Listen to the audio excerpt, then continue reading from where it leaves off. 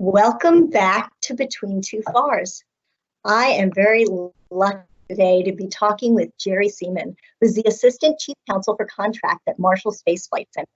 Now, he's a longtime practitioner in the area of contract law, but he started as a patent law attorney at NASA over 30 years ago.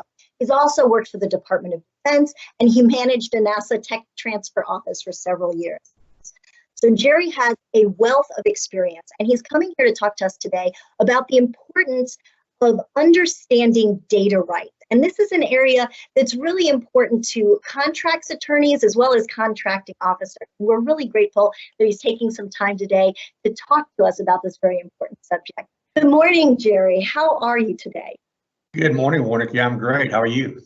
Pretty good. Would you mind just giving us a little bit of a background on your perspective as both a contracts attorney and a patent law attorney? Because that interaction is so important and we need to understand that bridge. Sure, I'd be happy to.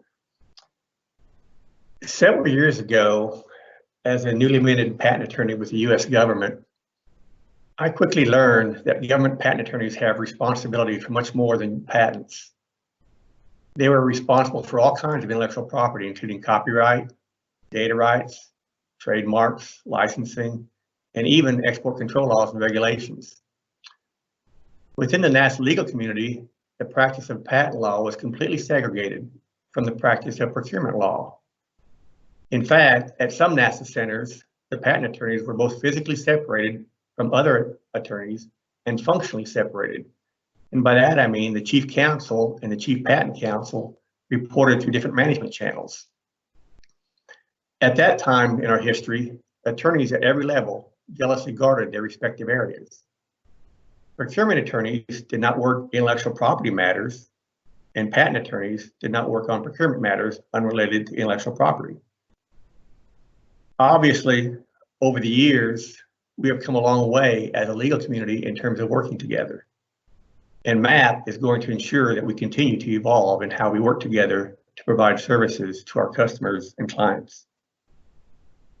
However, for reasons I do not fully understand, there is still a bit of reluctance among procurement attorneys and contracting officers for that matter to fully embrace one area of intellectual property that touches almost every contract in a significant manner. That one area relates to data rights. Perhaps reluctance stems from the fact that patents are a recognized specialty within the legal profession that requires additional highly specialized training and passing another bar exam. However, such training and testing relates only to patents and not to any other area of intellectual property, such as copyright, data rights, or trademarks. Perhaps reluctance stems from the fact that Part 1827 of the NASA FARS supplement instructs contracting officers over 20 times to consult with Center Patent or Intellectual Property Counsel. Wow. Arguably, this instruction bypasses the procurement attorney and gives both the procurement attorney and the contracting officer a reason for not trying to develop any firsthand understanding of intellectual property. I personally think Part 1827 was written by a patent attorney who was a little concerned about job security. Anyway, perhaps reluctance stems from being too busy. In other words, I have enough challenges without trying to be a patent attorney. Yeah, maybe a little. In any event, regardless of the reason behind the reluctance, I believe the agency would benefit greatly if procurement attorneys and contracting officers would commit to becoming full-time partners with the patent attorneys in the area of data rights in connection with government contracts. Actually, making this commitment will be quite easy to accomplish. I'd like to be able to show you how we can do that with a few questions. That would be great. However, but before we go any further, let's explain what we mean by patent, what we mean by data rights. Quite simply, when we are talking about data rights, we are simply talking about secrets. The formula for Coca-Cola is a classic example that everyone uses when they're talking about trade secrets. Of course, that formula has been kept secret for over 130 years now. Yeah. Yeah, I visited the museum in Atlanta where they've got it behind a big vault door. Yeah, that's what amazes me is that they were able to keep it secret for that long. But anyway, I understand that even the executives who are in possession of that secret aren't allowed to fly on an airplane together in the event that there's a airline disaster. They would lose all the secrets if they were together. So anyway. That's quite a mystique they've brought up. But it's interesting you think of them as secrets. That really helps us to understand where you're coming from on this.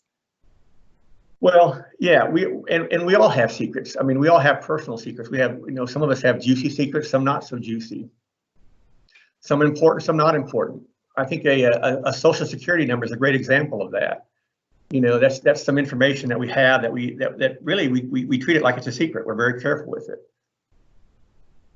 And what we don't realize is government contractors have secrets too. But those secrets are formerly known in the industry as trade secrets. But sometimes they use other names for those trade secrets, like company proprietary data, confidential information, or competition sensitive. But it's important to realize that even though those different labels might be used, they're really referring to their own secrets. So we can't be confused by those different titles or labels. Just think of them as secrets. In government contracting, those trade secrets have their own very special name. We don't call them trade secrets. Don't know why, but we do. In government contracts, those secrets are referred to as limited rights data. So in other words, limited rights data is simply a trade secret under a government contract. I should probably mention here also that when we're talking about computer software, there's also a special label there, which is restricted computer software. Okay. But for purposes here, just to keep things simple, I'll probably just refer to limited rights data. All right. So, how do we handle our personal secrets? Well, I think it's fair to say that we're very careful with them. We're careful who we share them with, and then when we do share, we pinky swear, make people pinky swear not to disclose a secret. Well, our government contractors act in a very similar manner. When they share their secrets with the government, they want to limit the government's use of those secrets, and they want to limit further disclosure outside the government, and that's fair. We have an obligation in our community to protect those secrets as much as possible. Well, this has been very informative and helpful. And I'd like to delve a little bit deeper with you, maybe understand some of the fundamental questions procurement attorneys and contracting officers should be asking themselves, like during contract formation or during contract administration. Would you mind coming back again and talking to us a little bit more about the sort of questions we should be asking ourselves at the different points of the procurement process? Sure, I'd be happy to do that. All right. Well, join us again next time between two FARS.